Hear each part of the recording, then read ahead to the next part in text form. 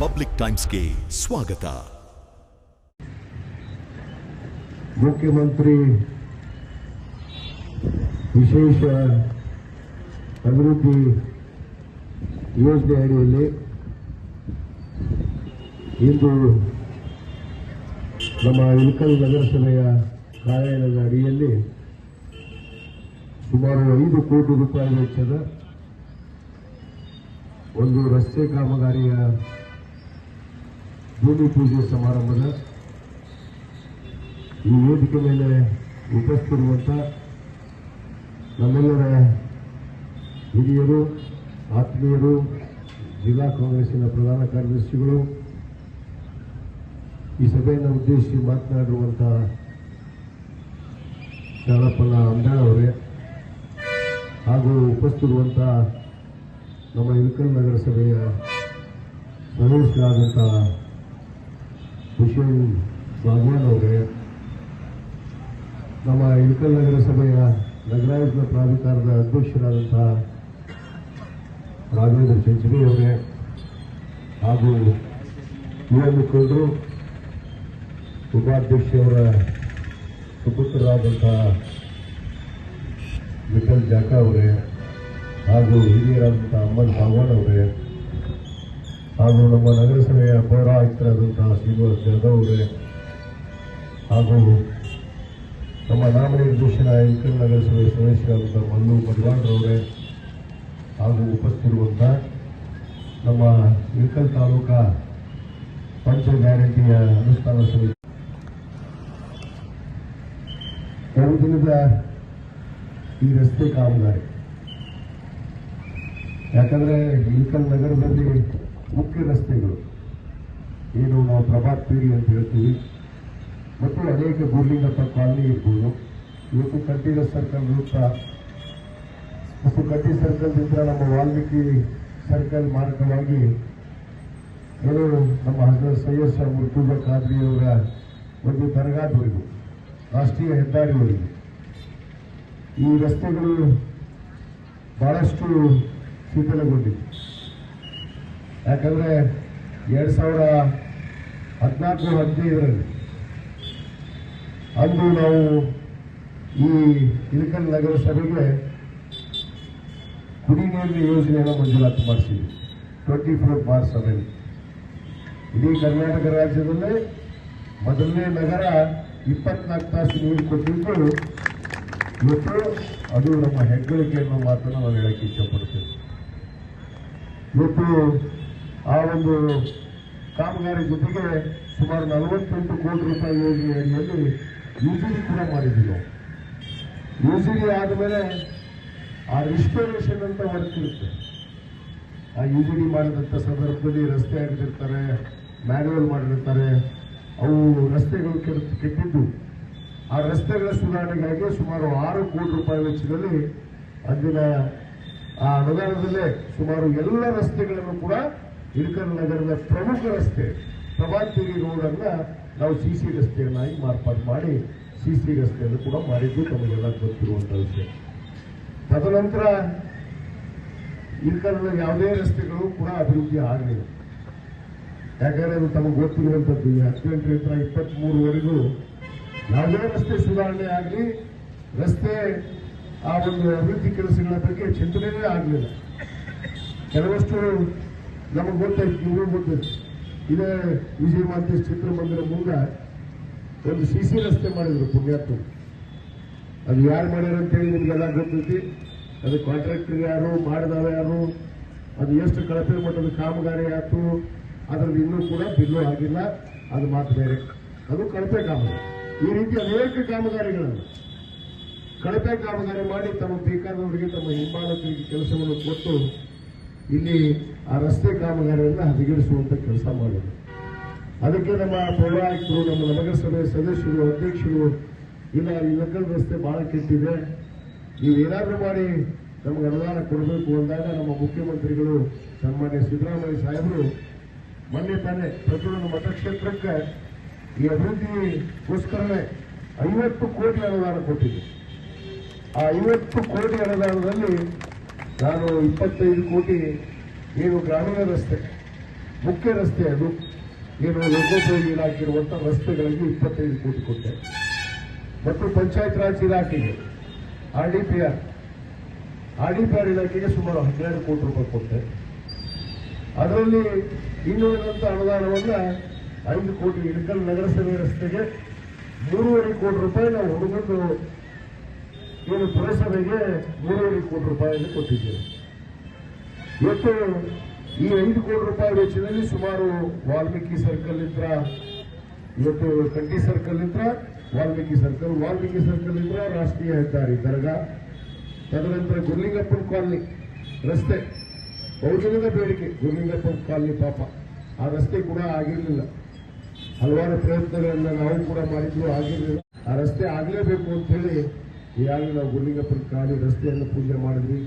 ತದನಂತರ ಬಂಡಿವಾಕಾಳಿ ಕೆಇಬಿ ರಸ್ತೆ ಅದು ಕೂಡ ಬಹಳಷ್ಟು ಹದಗೆಡಿದೆ. ಅದನ್ನ ಯಾವ ರೀತಿ ನಾವು ಈ ಮೊದಲು ಡಿವೈಡರ್ಗಳನ್ನು ಮಾಡಿ ಅಲ್ಲಿ ಏನು ಈ ಲೈಟಿನ ಕಂಬಗಳನ್ನು ಹಾಕಿದ್ವಿ, ಮಾದರಿಯಲ್ಲಿ ಬಂಡಿವಾಕಾಳಿವರೆಗೂ ಆ ರಸ್ತೆ ಸುಧಾರಣೆಯನ್ನು ಮಾಡಿ ಅಗಲೀಕರಣ ಮಾಡಿ ಮತ್ತೆ ಡಿವೈಡರ್ ಹಾಕಿ ಅಲ್ಲಿ ಲೈಟ್ ಅಳವಡಿಸುವಂತ ಕೆಲಸ ಕೂಡ ಈಗಾಗಲೇ ಮಾಡೋದಕ್ಕೆ ನಾವು ಪೂಜೆಯನ್ನು ಸಲ್ಲಿಸಿದ್ದೇವೆ. ಮತ್ತು ಮಾಂತೇಶ್ ಚಿತ್ರಮಂದಿರ ರಸ್ತೆ ಏನು ನಾವು ಪ್ರಭಾತ್ ಬೀರಿ ರೋಡು ನಮ್ಮ ನಗರಸಭೆಯಿಂದ ಪೊಲೀಸ್ ಗ್ರೌಂಡ್ವರೆಗೂ ಆ ರಸ್ತೆ ಕೂಡ ಸುಧಾರಣೆಗೆ ಈಗಾಗಲೇ ಪೂಜೆ ಮಾಡಿದ್ದೀವಿ.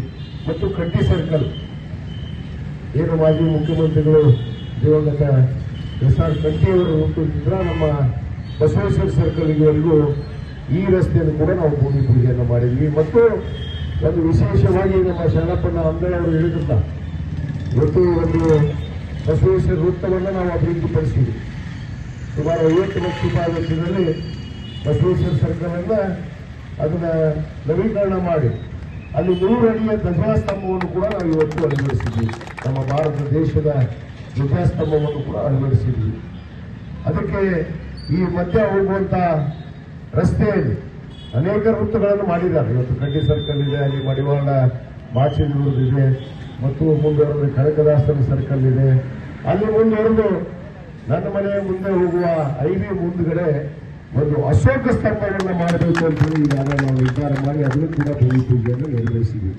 ಅಲ್ಲಿ ಒಂದು ಅಶೋಕ ಚಕ್ರ, ಅಶೋಕ ಚಕ್ರ ಒಂದು ಕೀರ್ತಿ. ಇವತ್ತು ಈ ದೇಶಕ್ಕೆ ಒಂದು ಮಾದರಿಯಾದಂಥ ಈ ದೇಶಕ್ಕೆ ಅಶೋಕ ಚಕ್ರವನ್ನು ನಾವು ನಮ್ಮ ಧ್ವಜದಲ್ಲಿ ಕಾಣ್ತೀವಿ. ಮಧ್ಯ ಅದೇ ಅಶೋಕ ಚಕ್ರ. ಆ ಅಶೋಕ ತಮ್ಮ ಸ್ತಂಭವನ್ನು ಸ್ಥಾಪನೆ ಮಾಡಬೇಕು ಅಂತೇಳಿ ಈಗಾಗಲೇ ಆ ಅಶೋಕ ಸ್ತಂಭದ ಒಂದು ಭೂಮಿ ಪೂಜೆಯನ್ನ ಈಗಾಗಲೇ ನೆರವೇರಿಸಿದ್ದೇವೆ. ಸುಮಾರು 55 ಕೋಟಿ ರೂಪಾಯಿ ವೆಚ್ಚದಲ್ಲಿ ಈ ಎಲ್ಲ ಕಾಮಗಾರಿಗಳನ್ನ ಈಗಾಗಲೇ ಮಾಡೋದಕ್ಕೆ ನಮ್ಮ ಮನೋಜ್ ದೇಶಪಾಂಡೆ, ಗುತ್ತಿಗೆದಾರರಾದಂಥ ಮನೋಜ್ ದೇಶಪಾಂಡೆ ಅವರು ಇವತ್ತು ಗುತ್ತಿಗೆಯನ್ನು ಪಡೆದಿದ್ದಾರೆ. ನಾನು ಈಗಾಗಲೇ ಸೂಚನೆಯನ್ನು ಕೊಟ್ಟಿದ್ದೀನಿ.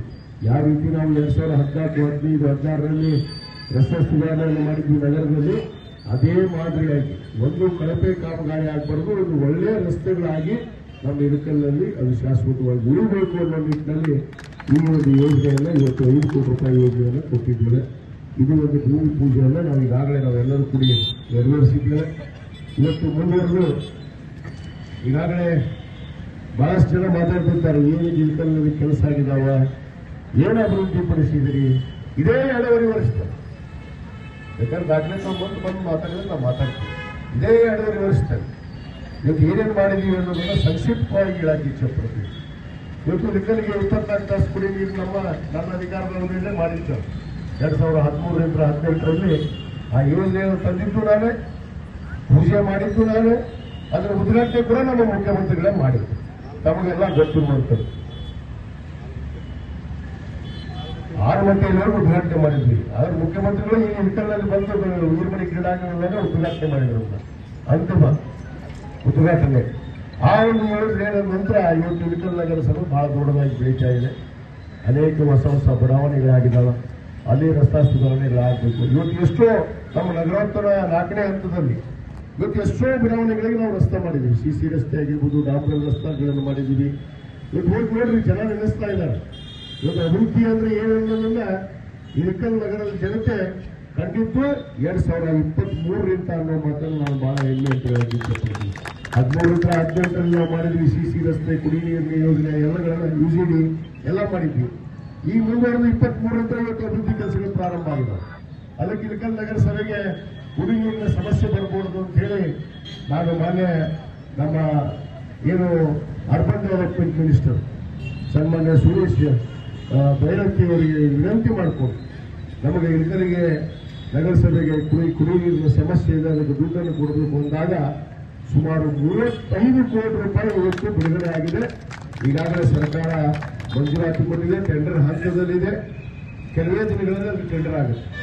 ಟೆಂಡರ್ ಈಗಾಗಲೇ ಕರೆದಿದ್ದಾರೆ, 7ನೇ ತಾರೀಕಿಗೆ ಟೆಂಡರ್ ಕರೆದಿದ್ದಾರೆ. 28 ಕೋಟಿ, ಅದು ಒಟ್ಟು 35 ಕೋಟಿ, GST ಎಲ್ಲ ಹೇಳಿದ್ರೆ 35 ಕೋಟಿ ಆಗುತ್ತೆ. ಅದು 28 ಕೋಟಿ ಕಾಮಗಾರಿ.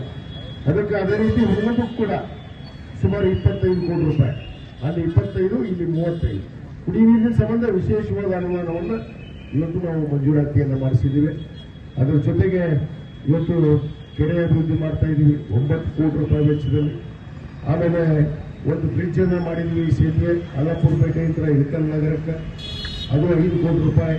ಮತ್ತು ಅಂಬೇಡ್ಕರ್ ಸರ್ಕಲ್ ಮಾಡ್ತಾ ಇದ್ದೀವಿ, ಅದು ದೊಡ್ಡ ವೆಚ್ಚದಲ್ಲಿ ಸುಮಾರು 22 ಲಕ್ಷ ರೂಪಾಯಿ ವೆಚ್ಚದ ಒಂದು ಮೂರ್ತಿ, ಕಂಚಿನ ಮೂರ್ತಿಯನ್ನು ಅಲ್ಲಿ ಕೂಡಿಸೋದಕ್ಕೆ ಈಗಾಗಲೇ ತಯಾರಿಯನ್ನ ಮಾಡ್ತಾ ಇದ್ದೀವಿ. ಅದು ಕೂಡ ಉದ್ಘಾಟನೆ ಬೇಗ ಆಗುತ್ತೆ. ಮತ್ತು ಸುಮಾರು 4.5 ಕೋಟಿ ರೂಪಾಯಿ ವೆಚ್ಚದಲ್ಲಿ ಸ್ವಿಮ್ಮಿಂಗ್ ಪೂಲ್ ಮಾಡ್ತಾ ಇದ್ದೀವಿ. 4.5 ಕೋಟಿ ರೂಪಾಯಿದಲ್ಲಿ ಯುವಕರಿಗೆ ಸ್ವಿಮ್ಮಿಂಗ್ ಪೂಲ್ ಮಾಡ್ತಾ ಇದ್ದೀವಿ ಮತ್ತು ಕ್ರೀಡಾಂಗಣ ಮಾಡ್ತಾ ಇದ್ದೀವಿ. ಅದು 10 ಕೋಟಿ ರೂಪಾಯಿ ವೆಚ್ಚದಲ್ಲಿ ಈಗಾಗಲೇ 2 ಕೋಟಿ ರೂಪಾಯಿ ಬಿಡುಗಡೆ ಆಗಿದೆ. ಆ 2 ಕೋಟಿ ರೂಪಾಯಿ ಕಾಮಗಾರಿ ಇವತ್ತು ನೀವು ಸ್ಟೇಡಿಯಂ ಹೋಗಿ ನೋಡ್ರಿ, ಕೆಲಸದ ಇದು ಗೊತ್ತಾಗುತ್ತೆ. ಇದು ಯುವಕರಿಗೆ ಸ್ಟೇಡಿಯಂ ಮಾಡ್ತಾ ಇದ್ದೀವಿ. ತದನಂತರ ಬಸವೇಶ್ವರ ಸರ್ಕಲ್ ಅನ್ನು ಅಭಿವೃದ್ಧಿ ಮಾಡಿದ್ವಿ. ಮತ್ತು ವಿಶೇಷವಾಗಿ ಮೊನ್ನೆ ನಮ್ಮ ಜಮೀರ್ ಅಹಮದ್ ಖಾನ್ ಅವರು, ಇವರು ಅಲ್ಪಸಂಖ್ಯಾತ ಕಲ್ಯಾಣ ಇಲಾಖೆ ಸಚಿವರು, ಇವತ್ತು ನಮ್ಮ ಇಳಕಲ್